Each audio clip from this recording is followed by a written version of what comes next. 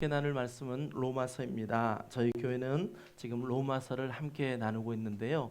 오늘은 로마서 12장 3절부터 8절까지의 말씀입니다. 로마서 12장 3절부터 8절까지의 말씀을 저와 여러분이 한 절씩 교독하시겠습니다. 제가 먼저 3절을 읽습니다. 내게 주신 은혜로 말미암아 너희가 각 사람에게 말하노니 마땅히 생각할 그 이상의 생각을 품지 말고 오직 하나님께서 각 사람에게 나누어 주신 믿음의 분량대로 지혜롭게 생각하라.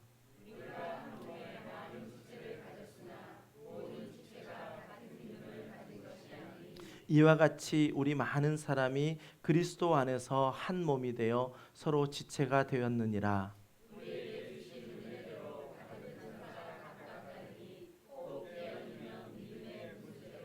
혹 섬기는 일이면 섬기는 일로, 혹 가르치는 자면 가르치는 일로,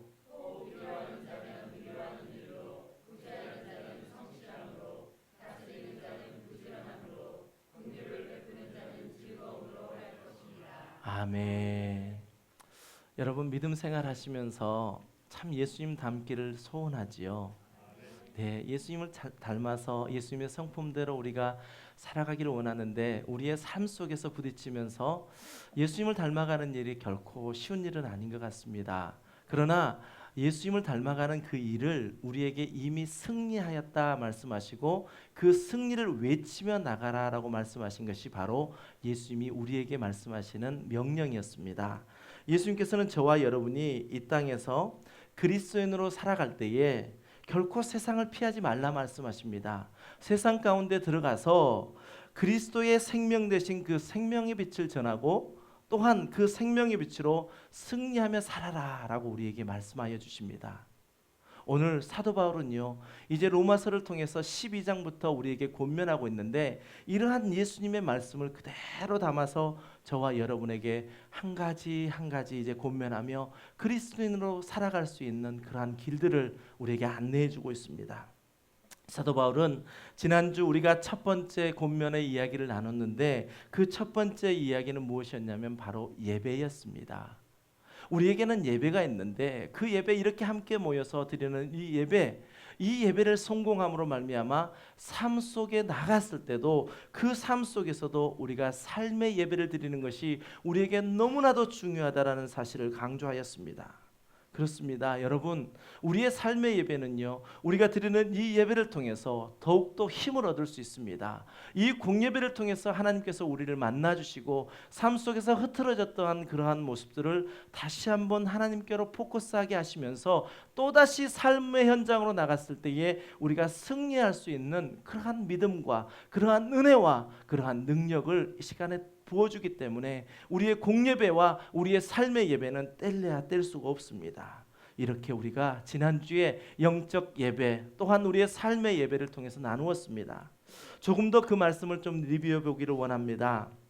우리가 지난주에 말씀을 나누면서 우리 그리스도인들이 어떻게 하면 삶 속에서 온전한 예배를 드릴 수 있을까라는 것을 우리가 함께 나누었습니다. 그러면서 첫 번째, 우리의 전 인격을 하나님께 드릴 때에 우리는 온전한 삶의 예배를 드릴 수 있다라고 나누었습니다. 그렇지 않습니까? 우리의 생각이요, 하나님을 더욱 사랑하고 하나님을 먼저 사랑할 수 있다면 우리는 모든 것을 하나님께 드릴 수 있습니다. 때로는 우리의 삶 가운데 내가 소중한 것이 있습니다. 특별히 우리에게 주신 자녀들을 바라보면 이 자녀보다 내가 하나님을 더욱 사랑해야 하는가? 라는 그러한 생각을 가질 때가 있는데 하나님은 여전히 우리에게 요구하시는 것은 너희 몸을 거룩한 산 제물로 드리라 말씀하시면서 하나님을 먼저 하나님을 더 사랑하라고 말씀하십니다. 그것이 우리 가운데 이루어질 때 우리는 삶의 온전한 예배를 드릴 수 있습니다. 두 번째는 무엇이었냐면 우리의 몸을 거룩한 산 제물로 드리기 위해서는 우리의 마음이 변화되어야 된다는 것입니다.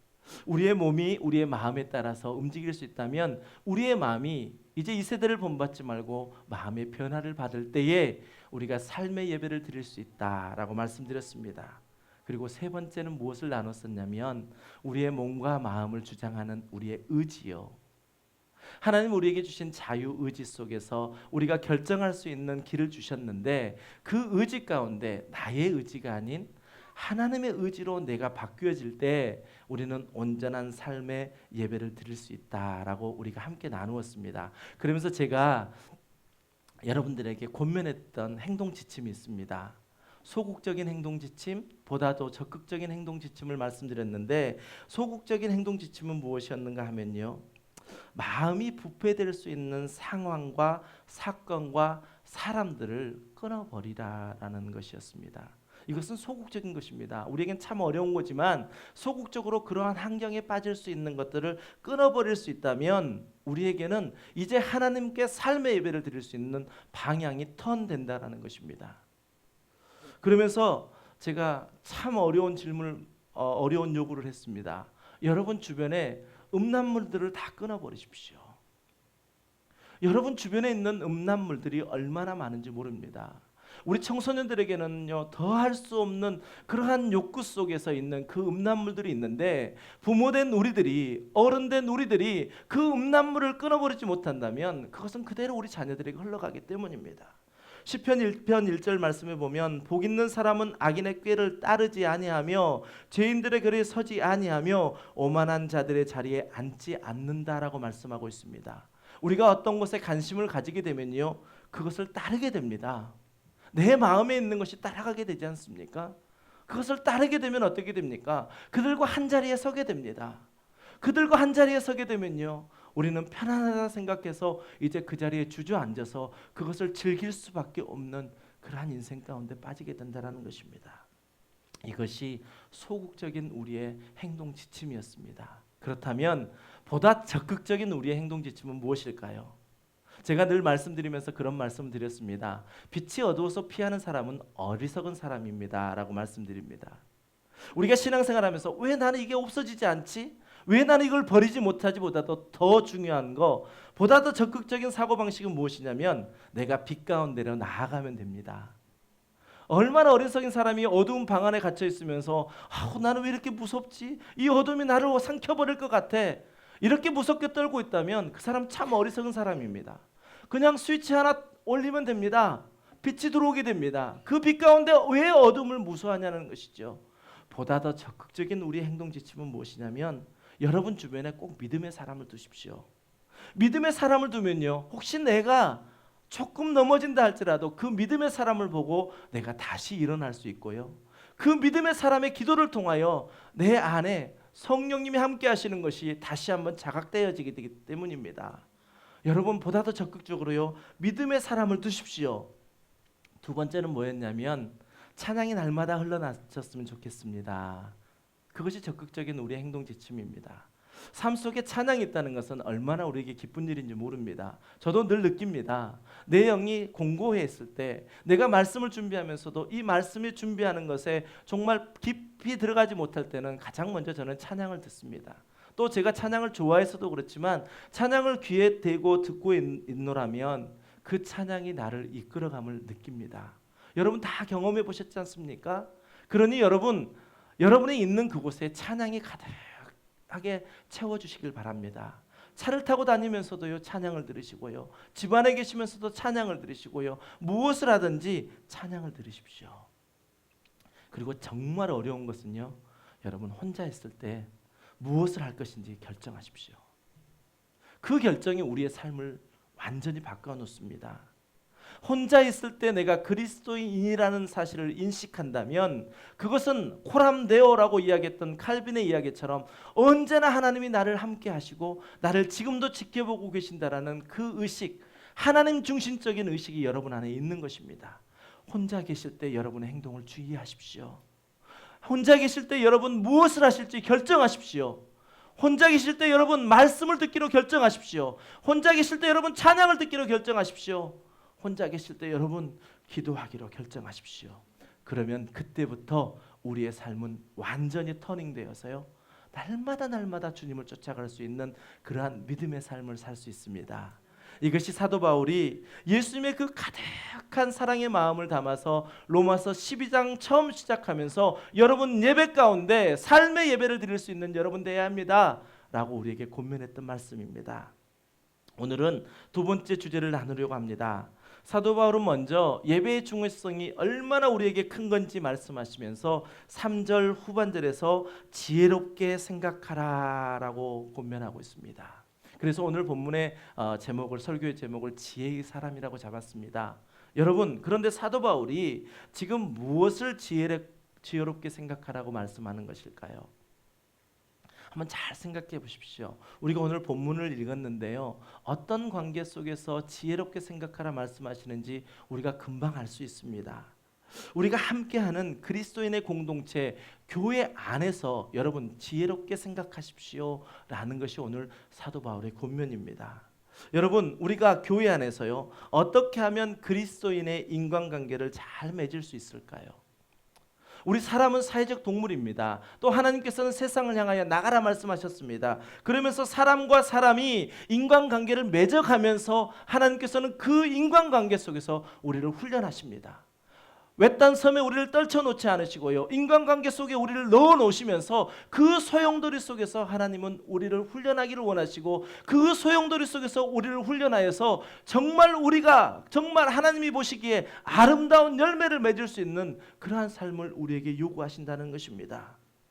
그러니 우리가 그리스도인의 인간관계를 잘 맺으려면 이 그리스도인의 인간관계라는 이 말 속에 앞에 전제하고 있는 그리스도인이라는 사실을 우리는 늘 자각할 때 우리는 그리스도인으로서 인간관계를 맺을 수 있습니다. 여러분 잘 생각해 보십시오. 교회는 어떤 곳입니까? 그것을 훈련하는 곳입니다. 오늘 주일 모여서 우리가 예배 가운데 하나님이 말씀하신 그 말씀 속에서 또 하나의 훈련을 하고 있습니다. 그리고 세상을 향하여 나갑니다. 세상을 향하여 나갔더니 또 넘어지는 자가 있고 어떤 자는 승전가를 부르는 자가 있습니다. 이 훈련을 통해서요, 아직 그 세상 속에 나갔을 때 내가 또 넘어진다면 다시 말씀 앞에 바로 서서 내가 어떻게 하면 이길 수 있는 것인가? 이 믿음의 공동체 안에서 그리스도인이라는 정체성을 가지고 이 안에서 훈련된 사람이 세상에 나가면 세상을 향하여 그리스도인으로서의 역할을 감당할 수 있다는 사실을 여러분 꼭 기억하시길 바랍니다. 그것을 우리에게 훈련하라 하시는 것입니다. 그것을 우리에게 지혜롭게 생각하라 말씀하시는 것입니다. 여러분, 이미 사도 바울은요, 로마서 1장부터 11장까지 우리에게 그리스도인의 정체성을 분명히 가르쳐 주었습니다. 하나님의 주권적인 역사로 말미암아 우리는 구원받은 자이고, 이제 구원받은 너희들이, 그리스도인들이 이제는 이렇게 살아라라고 말씀하시면서 12장부터 말씀하고 계신다면, 이제는 하나님의 선하시고 기뻐하시고 온전하신 뜻이 무엇인지 우리는 날마다 분별해야 됩니다.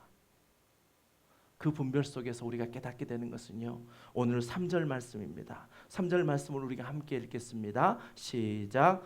내게 주신 은혜로 말미암아 너희 각 사람에게 말하노니 마땅히 생각할 그 이상의 생각을 품지 말고 오직 하나님께서 각 사람에게 나누어 주신 믿음의 분량대로 지혜롭게 생각하라. 아멘. 이것은 무엇입니까? 우리에게 믿음의 분량이 다 다르다는 것입니다. 지금 우리가 함께 이렇게 앉아 있지만요, 믿음의 분량은 다 다릅니다. 이 말씀을 다시 한번 제가 풀어보면, 여러분은 이제 구원받은 그리스도인들이십니다. 그러므로 이제는 개인적인 이기심을 뛰어넘어 교회라는 공동체를 통해서 하나님께서 각 사람에게 나누어 주신 믿음의 분량대로 지혜롭게 생각하시며 그 일들을 하나하나 이루어 가십시오 라는 말씀입니다. 제가 하나님의 일들을 이야기할 때마다 가끔 예를 드는 퍼즐 있죠.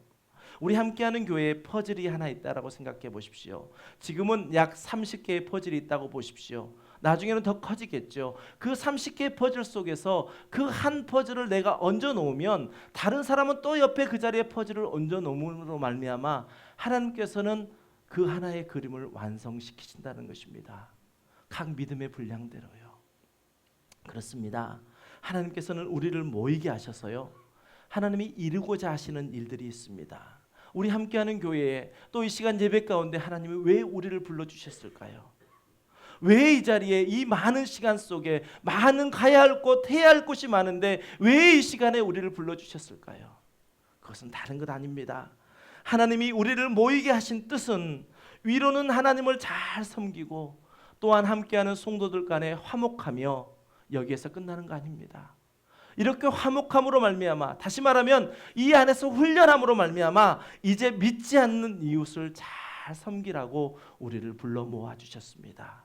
그것이 우리에게 분명한 사명입니다. 하나님께서 교회에게 주신 사명은요, 다른 것 없습니다. 한 영혼 구원하는 것입니다. 복음을 선포함으로 말미암아 그 선포된 복음에 의해서 한 영혼 한 영혼이 주께로 돌아오는 것, 이것이 바로 교회의 궁극적인 사명입니다. 그 일을 위해서 여러 가지로 서로 화목하기 위하여 여러 가지 행사도 하는 것이고요, 서로 가지 믿음을 일으키기 위해서 서로 성경 공부도 하는 것입니다. 목적은요, 우리가 하나됨으로 말미암아 예수 그리스도의 성품을 닮아 이제 우리가 세상을 향하여 그 예수 그리스도를 전하는 것, 그것이 바로 교회의 사명입니다. 우리 모두에게는요, 이 일을 이루게 하시기 위해서 하나님께서는 각 사람에게 나누어 주신 믿음의 분량이 있다는 것입니다. 그 믿음의 분량대로 우리가 살아갈 때에 하나님께서 원하시는 일들을 우리는 이루어낼 수 있습니다. 자, 그렇다면요, 제가 왜 지혜의 사람이라고 본문의 제목을 잡았을까요? 이제 오늘 우리가 함께하는 교회 가운데 하나님을 시원케 해드리는 그러한 성도가 되기를 원하고, 또한 이 시대에 건강한 교회를 세우기를 원하는 한 구성원이 되기를 원하고, 또한 세상에 빛을 발하기 원한다면 우리가 지혜로운 사람이 돼야 되는데, 그 지혜로운 사람 속에 과연 하나님께서는 오늘 본문 말씀을 통해서 뭐라 말씀하시는지 세 가지로 함께 나누기를 원합니다. 첫 번째는 무엇이냐면요, 우리가 하나님 앞에서 나 자신을 생각해 보아야 한다는 것입니다. 두 번째는 무엇이냐면 예수 그리스도를 머리로 한 유기체적인 공동체 교회 안에서 하나님 앞에 발견된 내가 과연 내 주변에 있는 형제를 자매를 어떻게 볼 것인지를 생각해 보라는 것입니다. 그리고 세 번째는요, 각자에게 주신 은사, 그 은사를 다시 한번 생각해 보십시오라는 것입니다. 이것을 생각함으로 우리 모두가 지혜로운 사람이 되기를 원합니다. 첫 번째, 하나님 앞에서 나는 어떤 사람입니까? 로마서 12장 2절 말씀에 보면 너희는 이 세대를 본받지 말고 오직 마음을 새롭게 함으로 변화를 받아 하나님의 선하시고 기뻐하시고 온전하신 뜻이 무엇인지 분별하도록 하라 라고 말씀하고 계십니다. 이 말씀을 우리가 지난주에 나눴습니다. 그러면서 여기에서 질문을 할 수 있는 게 뭐냐면, 왜 우리는 하나님의 뜻을 분별해야 합니까? 왜 우리는 하나님의 뜻을 분별해야 합니까? 그것은 우리가 하나님의 자녀가 되었기 때문입니다. 하나님의 자녀가 되어서 하나님의 부르심에 합당한 자리에 나와 이제 하나님의 뜻을 이루어 드리려고 하는데, 우리가 하나님의 뜻을 알지 못한다면 우리는 그것을 해낼 수가 없습니다. 하나님의 자녀라면 하나님의 자녀답게 살아갈 수 있도록 하나님이 우리에게 말씀하시는 그 뜻을 이해할 수 있어야 되고요, 그 뜻을 우리의 사명으로, 우리의 가슴이 뜨거워지는 그러한 사명으로 받아들일 수 있어야 합니다. 제가 신학교 갔을 때 늘 우리 선배 목사님들이, 어르신들이 하신 말씀이 그것입니다. 여러분들 주의 종이 되기를 원하십니까? 그런데 왜 주의 종인데 그 주인의 마음을 알고자 하지 않습니까? 주인의 마음을 알아야 종으로서 역할을 감당할 거 아닙니까?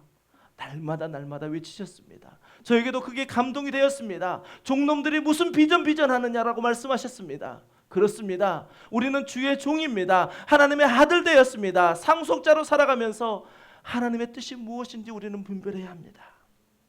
그것이 바로 우리가 이 땅 가운데서 하나님이 우리에게 주시는 내 자신이 발견되어지는 순간입니다. 과연 하나님은 나를 왜 부르셨을까? 하나님은 왜 이 자리에, 이 시간에, 이 자리에서 말씀을 듣게 하실까?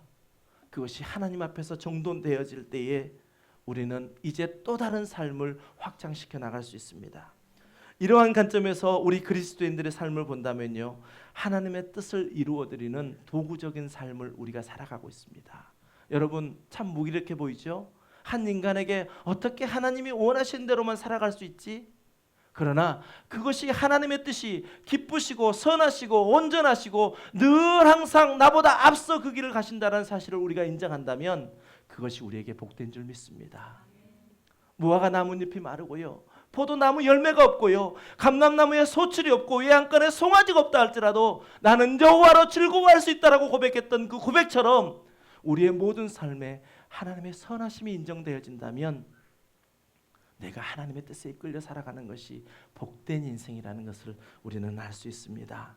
여러분, 우리는 지금 하나님의 은혜로 예수 그리스도를 믿음으로 구원을 받은 사람들입니다. 그러나 아직 우리에게는 아직 제한적인 그러한 역량이 있습니다. 그래서 믿음의 분량대로 우리에게 주셨다고 그렇습니다. 우리가 모든 것이 완전한 거 아닙니다. 각 사람의 믿음의 분량대로 주셨습니다. 그러니 우리가 제한적인 존재라는 것을 내가 인정한다면요, 내 주변에 있는 형제, 내 주변에 있는 자매를 다시 돌아볼 수 있습니다. 그렇습니다. 그리스도인의 인간관계, 내가 하나님 앞에서 내가 발견됨으로 말미암아 내가 그리스도인이라는 정체성을 가질 때 그것이 바로 지혜로운 사람입니다. 첫 번째는요, 지혜로운 사람은 하나님 앞에서 자기를 발견할 줄 아는 사람입니다. 이 자리에 함께 하신 저와 여러분 모두가 하나님 앞에서 여러분을 발견하시기를, 또 저를 발견하시기를 주님의 이름으로 간절히 축원합니다. 두 번째는요, 이제 발견된 내가 보아야 할 것이 있습니다. 각 지체요. 다른 각 지체를 보아야 하는데 앞에서 말씀드렸던 것처럼 우리는 제한적이라는 것입니다. 우리가 모든 걸 다 할 수 있는 사람이 아닙니다. 하나님은 각양의 은사를 주시는데 한 사람에게 은사를 주시고 그 은사를 통해서 함께 나아가게 하십니다. 제가 말씀드렸던 퍼즐처럼 나는 과연 어떠한 퍼즐을 들고 있는가 라는 것이 인식된 사람은 내 주변에 있는 한 정제가 이 퍼즐을 놔줄 때에 하나님이 원하시는 그림을 맞춰갈 수 있구나라는 것을 인정할 수 있다는 사실입니다. 이 질문은 우리에게 너무나도 중요합니다. 과연 이 두 번째 질문요, 나는 발견되었는데 내 주변 사람은 어떻게 보아야 하는가? 하나님께서는 우리 각자에게 은사를 주시고 직분을 주시고 역할을 주셔서 그 일들을 하게 하십니다. 그리고 하나님께서 교회 공동체를 통해서 우리들에게 주신 그 은사를 사용하게 하심으로 그리스도의 몸인 공동체를 바로 세워나가 완전하신 그리스도를 나타내게 하십니다. 다시 말하면 저와 여러분이 예수 그리스도를 머리로 한 교회의 각 지체로서 저마다 해주신 하나님의 은사를 활용하여 교회를 섬길 때에 우리의 삶은 그리스도의 영광을 나타낼 수 있다는 사실입니다. 여러분, 내 힘으로 될 수 없습니다. 함께하는 우리를 통하여 하나님께서 이루어 가시고요, 함께하는 우리를 통하여 하나님은 합력하여 손을 이루게 하십니다. 5절 말씀을 보십시오. 이와 같이 우리 많은 사람이 그리스도 예수 안에서 한 몸이 되어 서로 지체가 되었다라고 말씀하고 있습니다. 여기서 지체가 되었다는 말은 무엇입니까? 공동체 안에서 필요 없는 사람이 하나도 없다는 것입니다. 각자의 맡은 자리에서 그 모든 일들을 다 하나하나 이룰 수 있는 그러한 소중한 존재라는 것을 5절에서 말씀하고 있습니다. 교만한 사람은요, 자기가 모든 걸 할 수 있다고 생각합니다. 교만한 사람은요, 다른 생각은 다 틀리다고 이야기합니다. 그러나 겸손한 사람은 자신의 부족함을 아는 사람이기 때문에 이웃의 존재가 중요합니다. 내가 함께 나가고자 하는, 손을 잡고자 하는 그 이웃이 내게 필요하다는 사실을 인식하고 나아가는 사람이 바로 겸손한 사람입니다. 그렇기 때문에 결코 비판할 수가 없죠. 내 생각은 이런데 당신은 왜 그렇습니까? 비판할 수가 없습니다. 내 생각은 내게 주신 하나님의 사명이고 또 그에게 주신 그 사명을 어떻게 하면 우리가 이것을 합력하여 하나님의 선을 이루어 드릴까? 이것이 우리의 형제를 바라보는 눈이 되어야 합니다. 4절 말씀 우리 함께 읽겠습니다. 4절 말씀이 바로 그 말씀입니다. 시작. 우리가 한 몸에 많은 지체를 가졌으나 모든 지체가 같은 기능을 가진 것은 아니니. 아멘. 그렇습니다. 교회만큼 다양한 사람이 모인 것은 없을 것입니다. 학교면 학교 나름대로의 그 어떤 정체성을 가지고 거기에 생각이 같은 사람들이 모였을 거고요. 또 뭐 직장은 직장 나름대로의 목적이 있어서 그렇게 모였는데 교회만큼은 정말 다양한 사람들이 모여 있습니다. 이렇게 다양한 사람들이 어우러져 있어서 함께 하나님을 섬기며 하나님이 하게 하시는 일들을 이루어가는 것입니다. 그러니 함께 모인 각 지체들은 서로 비판하면 안 됩니다. 또 서로 필요하다는 것을 인정하고 함께 세워나가야 합니다. 우리 함께하는 교회가 이제 곧 1년이 돼가는데 우리 함께하는 교회에 필요한 것이 바로 이것입니다. 제가 처음 교회를 개척하고요, 정말 신뢰되는 성도님들에게 말씀을 드렸던 게 뭐냐면 여러분 가정과 여러분 가정이 직접 만나지 마십시오. 이 시간이 필요합니다. 이렇게 만나면 깨어집니다. 왜? 아직 훈련이 되지 않았기 때문에. 만나고 싶으시면 저를 꼭 끼워서 만나십시오. 제가 이렇게까지 강하게 말씀드렸습니다. 그리고 6개월이 훈련된 다음에 제가 이제 여러분 한 가정과 한 가정을 만나실 수 있도록 제가 길을 열어드리겠습니다. 또 제가 조인해 드리겠습니다. 그러면서 지금 우리가 훈련해 나가고 있거든요.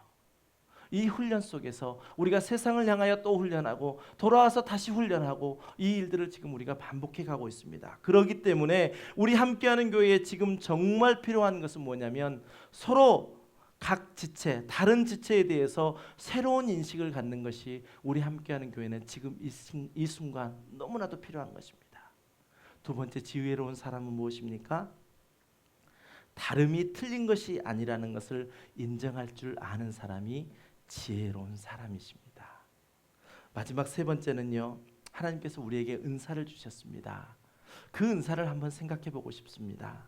이미 앞에서 강조한 것처럼 하나님께서는 우리의 신앙생활을 통해서 위로는 하나님을 섬기고 이제 우리 형제와 화목하면서 또 믿지 않는 사람들을 섬기는 그 일들을 우리의 사명으로 주셨다면 우리에게 주신 은사를 한번 생각해 보아야 합니다.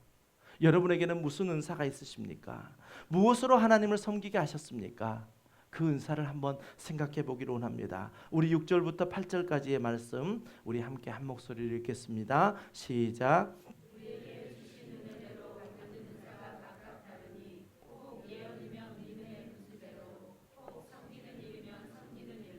혹 가르치는 자면 가르치는 일로, 혹 위로하는 자면 위로하는 일로, 구제하는 자는 성실함으로, 다스리는 자는 부지런함으로, 긍휼을 베푸는 자는 즐거움으로 할 것이니라. 아멘. 여기서 여러 은사가 소개되고 있는데 사도 바울이 지금 하고 싶은 말씀이 무엇일까요? 3절에서 이야기했던 믿음의 분량대로 각자의 다 은사가 다른데 그 은사를 똑같은 A라는 은사가 있는데 똑같이 B라는 열심이 있다라고 생각해 보십시오. 또 어떤 사람이 C라는 은사를 가지는데 똑같이 너도 B라는 열심을 내라라고 이야기하는 것이 맞지 않다라는 것입니다. 지금 이 자리에는요, 이제 예수 그리스도를 믿고 신앙생활을 처음 시작하신 분들도 계십니다. 또 이제는 어느 정도 믿음의 장성한 분량에 이르는 분들도 있습니다. 이렇게 다양한 모습이 있는데 여러분, 우리에게 주신 그 은사는요, 그 당시에 주신 그 은사대로 사용하시는 것입니다. 신앙생활하면서 내가 서야 할 자리를 발견한 사람은 너무나도 행복한 사람입니다. 그리고 그 자리가 하나님께서 정말 나에게 주신 자리구나 라는 것을 생각한 사람은요, 진짜 행복한 사람입니다. 저는 40이라는 나이에 하나님께서 저를 소명을 주셨는데 40이라는 나이에 하나님의 소명 가운데 예스 하면서 하나님, 제가 그 길을 가겠습니다 라고 이렇게 고백했을 때 40이라는 인생 동안 해석되지 않았던 것들이 하나하나 해석되는 것을 발견하게 되었습니다. 얼마나 행복했는지 모릅니다. 조금 전에 말씀드렸던 무화과 나뭇잎이 마르고 모든 것이 없다 할지라도 주를 보며 기뻐할 수 있는 삶, 그 삶을 발견했으니 저는 너무나도 기쁜 삶이죠. 그렇습니다. 우리가 어떤 자리에 놓여져야 하는지, 그것이 하나님께서 우리에게 부여주신 그 삶인지 이걸 발견하면요, 너무나도 행복합니다. 그런데 우리에게는 어떤 게 내게 은사지? 이것을 참 알기가 어렵습니다. 그래서 제가 여러분에게 권면해 드리기를 원합니다. 여러분, 은사를 발견하는 일은요, 이렇게 한번 도전해 보십시오. 교회 가운데서 다양한 일을 경험해 보시기를 바랍니다.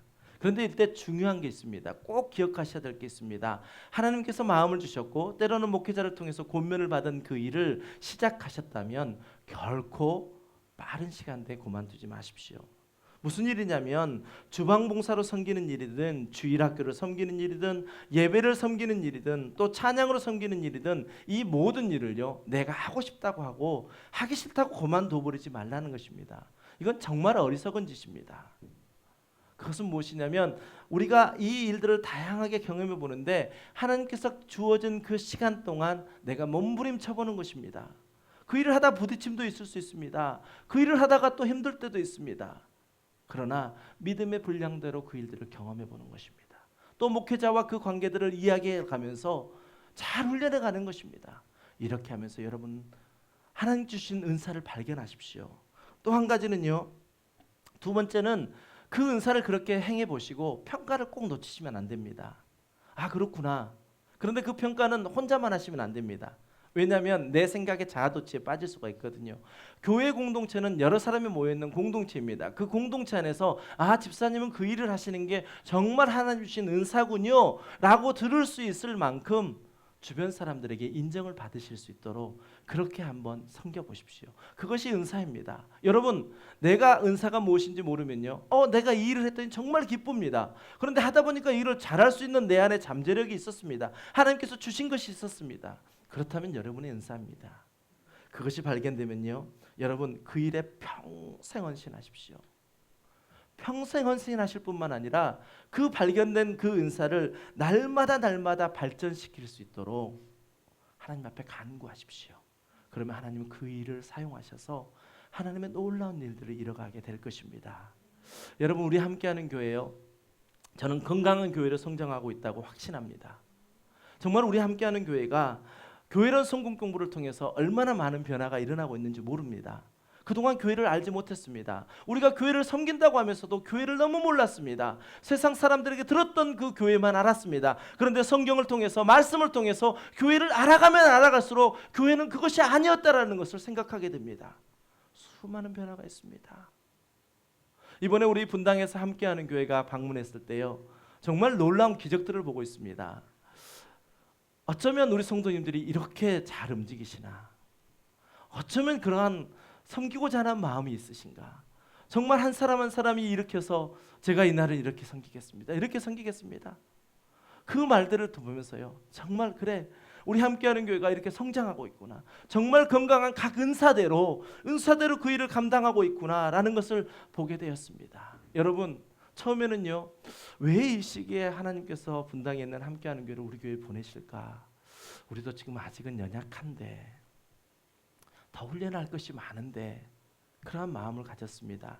그런데 하루하루 사역이 진행되면 진행될수록요, 그렇구나, 말씀을 통해서 위로받게 하시고, 말씀을 통해서 서로 격려하게 하시고, 또한 우리 아이들과 또 유스그룹 아이들과 이 모든 일들을 통해서 하나님께서 합력하여 선을 이루고 계시는구나, 지금도 하나님의 동역자는 지금 깨어 있는구나, 이것을 서로 보면서 서로 힘을 얻게 하시고자 하나님께서 분당 함께하는 교회를 보내신 것 같습니다. 또 한 가지는요, 우리 함께하는 교회가 지금 약 10개월, 11개월 동안 훈련했던 것들을 하나님께서 이제 그 훈련을 한번 테스트하시는 것 같았습니다. 그렇게 훈련됐지? 그래, 한번 이제 훈련된 것을 사역으로 이루어봐라, 그러한 마음을 느꼈습니다. 그렇습니다. 저는 한 사람의 목회자로서 너무나도 기쁜 한 주간을 보냈습니다. 너무나도 몸은 피곤할 수 있었지만, 성도님들이 이렇게 움직이시고 정말 하나님을 사랑하는 그 마음으로 형제자매를 사랑하는 각 은사대로 그 일들을 행하시는 모습을 보면서 저는 놀라움을 금치 못했습니다. 여러분, 분당 함께하는 교회가 이곳에 오시면서 우리에게 잊지 못할 일들을 가져다 주셨습니다. 아직 우리가 설치하지 못했지만요, 하나님 주신 마음이 있어서 함께하는 교회라는 간판을 한국에서 다 이렇게 스카시로 오려오셨고요. 또 지난 겨울 되게 추웠거든요. 공간에 아직 난방이 안 된 곳들이 있어서 추웠는데, 그 난방 필름을 가져오셔서 이제 우리 올 겨울에는 우리 주일학교 아이들 따뜻한 곳에서 보낼 수 있고요. 특히 저도요, 발이 시려워서 말씀을 준비하면서 발이 너무너무 시려워서 발을 들었다 놨다 했었는데, 그것이 해결되게 되었습니다. 우리가 이 장소에서 함께하는 교회가 존재하는 한요, 분당 함께하는 교회가 섬겨주셨던 그 일들을 우리는 눈으로 보게 될 것입니다. 우리의 몸으로 느끼게 될 것입니다. 이것이 하나님께서 각자 주신 그 은사대로 하나님을 이루어가게 하시는 것입니다. 여러분, 우리가 이제는 다 소망을 가지고요, 우리 두 교회가 정말 지금까지 사역했던 것보다 앞으로 하나님께서 이끌어 가실 놀라운 비전을 바라보기를 원합니다. 놀라운 소망을 꿈꾸기를 원합니다. 그 꿈을 가지고 우리가 함께 기도로 동역할 때요, 하나님은 정말 먼 날 그러셨군요, 이 시기에 우리를 만나게 하시더니 하나님이 이 일들을 통하여 하나님 놀라운 역사를 이루어 주셨군요, 고백할 수 있는 우리 모두가 되기를 소원합니다. 지혜로운 사람은요, 받은 은사를 잘 사용하여 30배, 60배, 100배의 열매를 하나님 앞에 내어놓을 수 있는 사람입니다. 여러분, 신앙생활 가운데 지혜의 사람이 되십시오. 그래서 예수님께서 마지막 고백하셨던 아버지여, 아버지께서 내게 하라고 주신 그 일을 이루어 제가 아버지를 영원하게 하였습니다, 고백하셨던 것처럼 저와 여러분도 하나님 아버지께서 내게 발견하게 하신 그 사명대로 열심히 살았더니 하나님을 영화롭게 하였습니다 라고 고백하실 수 있는 저와 여러분 다 되시기를 주님의 이름으로 간절히 축원합니다. 이 시간 우리 함께 찬양하기를 원합니다. 때로는 우리에게 사명이 있는데 그 사명이 잊혀질 때가 있습니다. 그 사명을 가려고 하는데 힘들 때가 있습니다. 그럴 때마다 여러분 하나님 앞에 내 자신을 다시 한번 발견하십시오. 그리고 나 혼자 하려 하지 마시고요, 내 주변에 맡겨주신 동역자들을 보십시오. 그리고 우리에게 주신 은사가 있거든요. 그 은사를 땅에 묻어두는 어리석은 자가 아니라 하나님께 내어놓아 사용함으로 30배, 60배, 100배의 열매를 맺어 하나님이 내놓으라 하실 때 내놓을 수 있는 그런 지혜의 사람이 되시길 바랍니다. 우리 함께 찬양합니다. 주의 십자가 지고 나 그곳에 가리니 모든 땅의 끝이 기근이라도 주님 그곳에 나 보내셨으니 주님의 뜻 구하며 찬양하리라. 주의 영광을 위해 주의 영광을 위해 나 그곳에 가리니 주님의 손이 보호하시네. 내 삶은 나그네 삶이니 주 오실 날 바라며 선포하리라. 주의 십자가 이 땅에 꽂으며 주의 십자가 그 땅에 꽂으며 주의 이름으로 세례를 주고 내 영혼 살아도 주를 위함이며 죽어도 주를 위한 것이니 성령이여 성령이여 임하소서.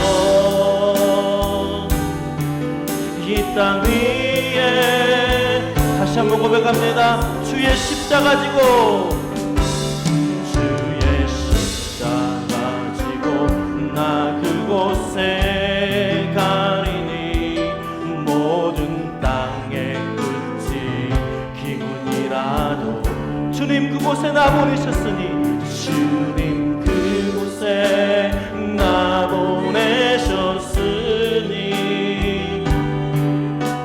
주님의 뜻 구하며 찬양하 오직 주의 영광을 위해 주의 영광을 위해 나 그곳에 가리니 주님의 손이 보호하시네. 내 삶은 나그네 삶이니 주 오실 날 바라며 선포하리라.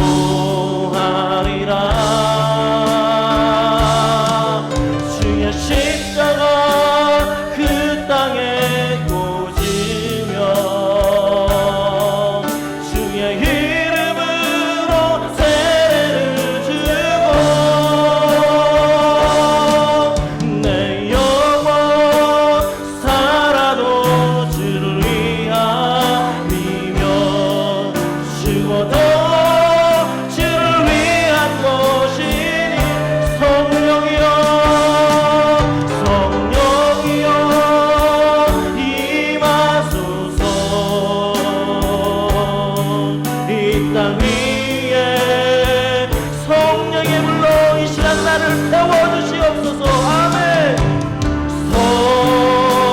성령의 불로 나의 마음을 태워주소서. 나의 마음을 태워주소서. 성령의 불로 성령의 불로 나의 영혼 우리 한 목소리 높여 찬양합니다. 성령의 불로 나의 마음을 태워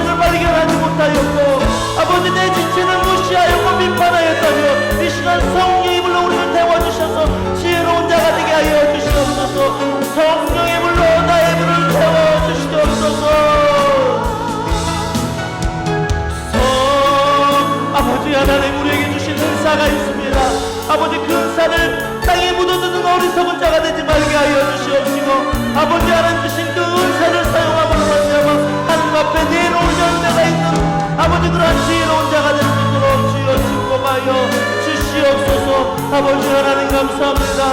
나의 이 시간 함께 우리 통성으로 기도하실 때요 말씀을 생각하면서 우리 안에 이 시간 아버지 하나님이 성령의 불로 우리를 태워주시기 원합니다. 함께 기도하며 나아가겠습니다. 아버지 하나님, 내 자신이 아버지 이 시간 아버지 앞에 벌거벗은 모습으로 놓여지기를 원합니다.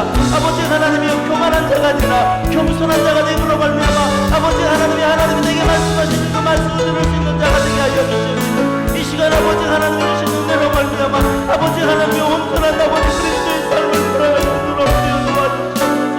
그리스도인답게 살라 말씀하셨는데 아버지 그래서 우리를 이 땅에 보내주셨는데 아버지 하나님은 내가 그리스도인답게 살지 못하고 인하여 나를 향하여 붙여주신 아버지 하나님 그 영혼들이 죽어가고 있다면 아버지 하나님 시간 우리가 깨어 아버지 하나님 우리에게 주시는 은혜를 사용하여 아버지 하나님 한 영혼을 흔적 구원할 수 있는 그러한 믿음의 사람이 될 수 있도록 주여 역사하여 주시옵소서. 하나님 말씀하여 주신 아버지 하나님이여 이 시간 아버지 깨닫게 하신 아버지 하나님이여 성령이 우리를 도와주심으로 말미암아 성령의 이끄심 받는 우리가 될 수 있도록 주여 도와주시옵소서. 성령이 불러 우리를 태워주시는 아버지 하나님이여 이 시간 아버지 하나님 우리의 감격 있게 하시고 아버지 하나님이 주신 은혜 속으로 아버지 주님만 바라보고 우리 기뻐할 수 있는 우리가 될 수 있도록 주여 역사하여 주시옵소서. 성령이 불러 나를 태우시는 아버지 하나님이여 이 시간 우리의 결단한 마음 되드리기를 원하오니 주님 우리를 붙잡아 주시옵시고 오직 주님만 바라볼 수 있는 귀한 시간 될 수 있도록 주여 축복하여 주시옵소서. 성령이 불러 나를 태워주소서.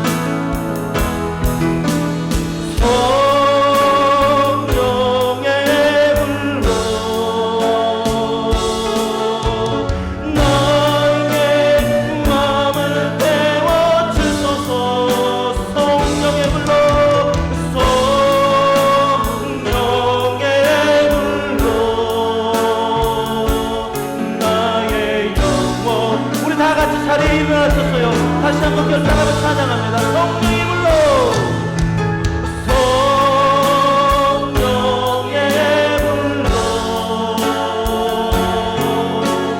나의 마음을 태워주소서. 성령의 불러 성령의 불러 나의 영혼 새롭게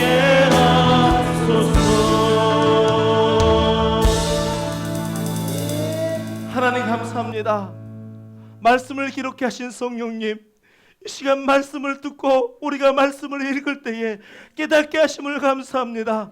이제 깨달은 그 모든 것들 또한 성령을 의지하여 아버지 하나님이 우리의 삶 속에 그리스도인의 삶답게 살아갈 수 있도록 능력을 더하여 주시옵소서. 매 순간 성령을 의지하며 나갑니다. 매 순간 성령의 도우심을 바랍니다. 말할 수 없는 탄식으로 우리를 향하여 외치시는 그 성령의 도우심으로 삶 속에서도 승리하게 하여 주시옵소서. 이제는 우리를 구원하시기 위해 이 땅에 오신 예수 그리스도의 은혜와 독생자 아들까지 아끼지 않으셨던 하나님 아버지의 극진하신 사랑과 성령님의 감화 감동 내주 교통하심의 역사가 지혜의 사람은 하나님 앞에서 자기를 발견하고 다름이 틀림이 아님을 고백하며 받은 은사를 사용하여 30배, 60배, 100배의 열매를 하나님께 드리는 사람임을 깨닫고 이제 나도 지혜의 사람이 되겠노라고 결단하고 다짐하는 이 자리에 함께한 모든 성도님들의 머리 위에 이제부터 영원까지 함께 하시기를 간절히 축원하옵나이다. 아멘.